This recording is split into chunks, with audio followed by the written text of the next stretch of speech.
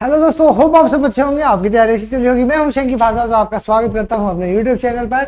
और आज हम डिस्कस करने वाले हैं आपके एग्जाम डेट्स, आपकी बहुत सारे डाउट्स जो आए हैं आपकी क्लासेस के बारे में। पहले तो क्लासेस के बारे में बता देता हूँ, थोड़ा सा हेल्थ इश्यूज की, जैसा आपको पता है टेलीग्राम पर मैं आपको बताता रहता हूँ, हेल्थ इश्यूज की वजह से मैं नहीं आ पाया, क्लासेज नहीं ले पाया।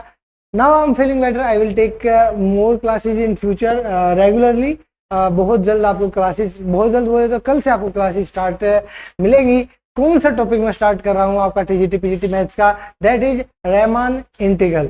ये टॉपिक मैं आपका स्टार्ट कर रहा हूँ, कल से स्टार्ट कर देंगे। विद इन वीक 7 क्लासेस के अंदर मेरा टारगेट रहेगा कि लगभग 7 क्लासेस के अंदर आपका टॉपिक कंप्लीट मैं करा पाऊँ। ठीक है, ये तो आपकी क्लासेस की थी। आपकी क्लासेस स्टार्ट हो जाएंगी, टेंशन मत लीजिए। एग्जाम से पहले आपका सिलेबस भी कराना है, प्रैक्टिस भी करानी है, इस बात की गारंटी मेरी है। ठीक है, अब दूसरी बात आपके एग्जाम डेट्स की। अभी DSSB ने एक स्किल टेस्ट के का एक कैलेंडर जारी किया था, तो बहुत सारे दोस्तों का आया सर क्या अगले साल एग्जाम होंगे, कोई बोल रहा है अगले साल एग्जाम होंगे, ये होगा वो होगा। तो देखिए बात क्या है, वो सारी चीजें अभी डिस्कस कर लेते हैं कि अब सितंबर में पीजीटी होगा, अक्टूबर में टीजीटी होगा या अगले साल होंगे, वो चीजें देखिए एग्जैक्ट मैं आपको कभी भी अंधेरे में नहीं रखता ना। मैं एग्जैक्ट जब मैं सिर्फ तब बोलता हूँ जब मेरे पास कुछ इन्फॉर्मेशन होती है, अदरवाइज व्यूज के लिए मैं यहाँ पर नहीं आता हूँ। जेन्युइन जो भी चीजें होती है मैं आपके सामने रखता हूँ। नहीं भी पता होता तो जो पॉसिबल चीजें हैं, आउटकम्स, वो भी आपके सामने प्रैक्टिकल डिस्कस करता हूँ। तभी हवा में तीर चलाने वाली अपनी आदत है नहीं। ठीक है, तो जैसा कि अब मैंने आपको बताया था कि जो आपके टीजीटी के एग्जाम हैं वो सितंबर में प्रेडिक्टेड थे। ठीक है, क्योंकि जो अब बात क्या है ना कि वो ऐसा क्यों, ठीक है, क्योंकि एग्जैक्ट प्रिडिक्शन कर पाना अक्टूबर नवंबर दिसंबर, क्योंकि हम तो भाई जो अगस्त का कैलेंडर बना है उसमें टीजीटी नहीं है, उसी को देख के तो हम ये गैस कर सकते हैं कि भाई अगस्त में नहीं है तो सितंबर में होगा। ठीक है, ये सब वाली चीजें। अब बात आ गई कि स्किल टेस्ट आ गया है, तो भाई क्या अब पॉसिबल नहीं है कोई भी एग्जाम? तो देखिए दोस्तों, बिल्कुल पॉसिबल है। ऐसा नहीं है कि एक्चुअली हाँ, DSSB बोर्ड अपने एग्जाम्स को नहीं कराता है, भाई कोलिजन नहीं होना चाहिए उनके अंदर।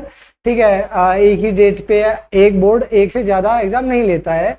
99% यही होता है, और कभी भी ऐसी पॉसिबिलिटी नहीं होती, क्योंकि एक दूसरा बोर्ड आपस में क्लैश कर सकते हैं, सेम बोर्ड अपने किसी भी एग्जाम को क्लैश नहीं करवाता है। ठीक है, तो जो डेट्स आपको PA SPA जो कल आपको नोटिफिकेशन देखने को मिला होगा एग्जाम डेट्स का, तो वो उन डेट्स में आपके एग्जाम होने की प्रोबेबिलिटी बहुत रेयर है।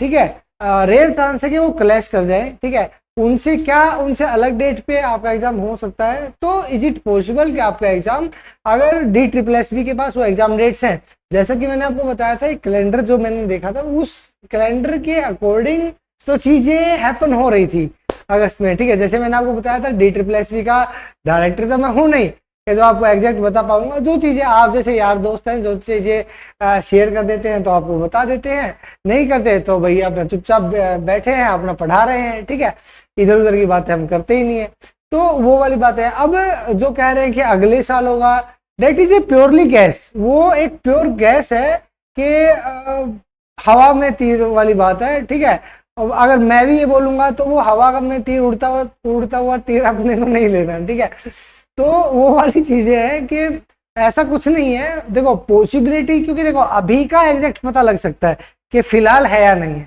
ठीक है, तो वो मैंने आपको बताया था सितंबर, क्योंकि अगस्त में नहीं था टीजीटी, तो वो प्रोबेबिलिटी जा रही थी फिर भाई अगले महीने होगा। क्योंकि जब DSSB ने फिक्स नहीं किया है तो भाई मैं कौन होता हूँ फिक्स करने वाला कि सितंबर में होगा या अक्टूबर में होगा या अगले साल होगा। ठीक है, तो हम टाइमली बता सकते हैं ना आपको कि हाँ भाई अभी एक महीने से पहले, एक महीने के अंदर कोई एग्जाम होगा या नहीं होगा क्या, क्योंकि DSSB भी भाई बहुत सारी चीजें होती हैं कि अभी जैसे PA SPA ये जुडिशरी की टाइपिंग टेस्ट है, जुडिशरी का बहुत प्रेशर रहता है, क्योंकि उसको ना बोर्ड का टाइम लिमिट लेके चलता है जुडिशरी कि हमारे एग्जाम इतने दिन में हमें चाहिए कंप्लीशन। तो जुडिशरी के एग्जाम्स को DSSB लेट करे ऐसा सवाल ही नहीं उठता। तो ये तो एक 100% सच्चाई थी कि ये चीज होनी थी कि एग्जाम इनका PA SPA की जो आप स्पीड देख रहे होगे, क्योंकि सबसे स्पीड में एग्जाम लिए हैं PA SPA के DSSB ने, क्योंकि जब जुडिशरी रिक्वेजिशन भेजती है ना तो उसके अंदर हर एक चीज फिक्स कर दी जाती है कि मैक्सिमम चीजें यहाँ तक होनी चाहिए, तो उसके अकॉर्डिंग DSSB बाइंड थी कि वो हो जल्दी, वो सारी चीजें हो, उनकी वजह से और चीजें लेट हो सकती है, बट उनको लेट नहीं किया जा सकता। It's power of judiciary. तो वो चीजें चलो अपने एंड पे है। तो अब बात आता है कि हो सकता है, देखिए जो कैलेंडर के अकॉर्डिंग तो मैं आपको बता ही रहा हूँ कि वो चीजें पॉसिबल है, दूसरी डेट्स में पॉसिबल है। और ये मान के मत चलिए कि आपके एग्जाम में अगर आप अगले साल की सोच के एकदम ठंडे पड़ जाइए कि तैयारी नहीं कर रहे हैं वो सारी चीजें, तो वो एक बहुत बड़ी गलती होगी। बिल्कुल हल्के में मत लीजिए, ऐसा चांस दोबारा नहीं आता, बार बार नहीं आता। दिल्ली में नौकरी करने को मिले ये सुनहरा मौका हमेशा नहीं आता है। तो तैयारी कीजिए, पहले कहते हैं पेपर 2 की 40 नंबर की, अब तैयारी कीजिए, टाइम मिला है। जैसे अब मैं भी थोड़ा एक्चुअली हेल्थ इश्यूज होते हुए मैं पढ़ा देता था कई बार, पर मुझे अब थोड़ा टाइम मिल गया, मुझे पता लग गया कि हाँ भाई अभी एग्जाम नहीं है, तो उस वजह से मैंने थोड़ा रेस्ट कर लिया, ठीक है। बट ऐसा नहीं है अब क्लासेस ही नहीं होंगी, ठीक है। वो दी एंड मैथमेटिकल मॉडलिंग का था, आपकी क्लासेस रेमान इंटीग्रल की ये स्टार्ट हो जाएंगी, इसके बाद कॉम्प्लेक्स एनालिसिस, और उसके बाद जितने भी चैप्टर हुए हैं उन सब की चैप्टर वाइज प्रैक्टिस। ये मैंने टारगेट अपना लिया है, इसको हम कंप्लीट करेंगे आपके एग्जाम से पहले बहुत जल्द, ठीक है। तो कल आपको पहली क्लास आपकी रेमान इंटीग्रल की देखने को मिल जाएगी, ठीक है, जो सभी टीजीटी बीजीटी एग्जाम में मोस्ट इंपोर्टेंट टॉपिक माना जाता है और आपके एग्जाम में इंपोर्टेंट है भी, ठीक है। तो hope you get an idea about it कि भाई क्या चीजें पॉसिबल है। अभी आपका एग्जाम नहीं है टीजीटी वालों, बट ये भी नहीं है कि अगले साल तैयारी करते रहिए, पेपर 1 को भी स्ट्रॉन्ग कीजिए, 100 में से 80 नंबर लाने का अपना कॉन्फिडेंस रखिए, ठीक है। कि भाई रीजनिंग है 17 से 18, मैथ्स 17 से 18, इंग्लिश है 17 से 18, हिंदी है 17 से 18, सभी में 17 से 18 हो, ठीक है। और जीके के अंदर जो अनसर्टेनिटी है, बट उसमें भी बहुत सारी चीजें जो है एनालिसिस, सीपीओ सीएचएसएल के एग्जाम्स के एनालिसिस से, इनके प्रीवियस पेपर्स की प्रैक्टिस करने से, कोशिश आप जीके के टॉपिक्स को कलेक्ट कीजिए, यहाँ से आ रहा है उन टॉपिक्स को कवर कीजिए, तो आप जीके के अंदर भी बहुत अच्छा स्कोर कर पाएंगे। तो जिसका आपका स्कोर 80+ हो जाएगा, वो आपकी सुनिश्चित करता है आपका सिलेक्शन आपके उसमें। और पेपर 2 के लिए तो हम हैं for TGT maths, PGT maths के लिए, उसकी तो चिंता आपको करनी ही नहीं चाहिए। और पेपर 1 के लिए आप लवी सर को फॉलो कर सकते हैं, वो पेपर 1 के लिए मैथ्स रीजनिंग आई थिंक आपके एग्जाम के लिए वो बेस्ट सीरीज उन्होंने चलाई है। लिंक भी मैं डिस्क्रिप्शन में दे दूंगा, कमेंट पिन कर दूंगा, जिनको नहीं पता वो आप देख सकते हैं।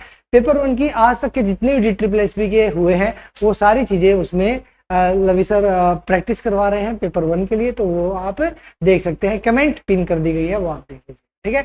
तो होप आपको चीजें क्लियर हुई होंगी। तो बहुत ज्यादा आगे नहीं जाना है, ठीक है।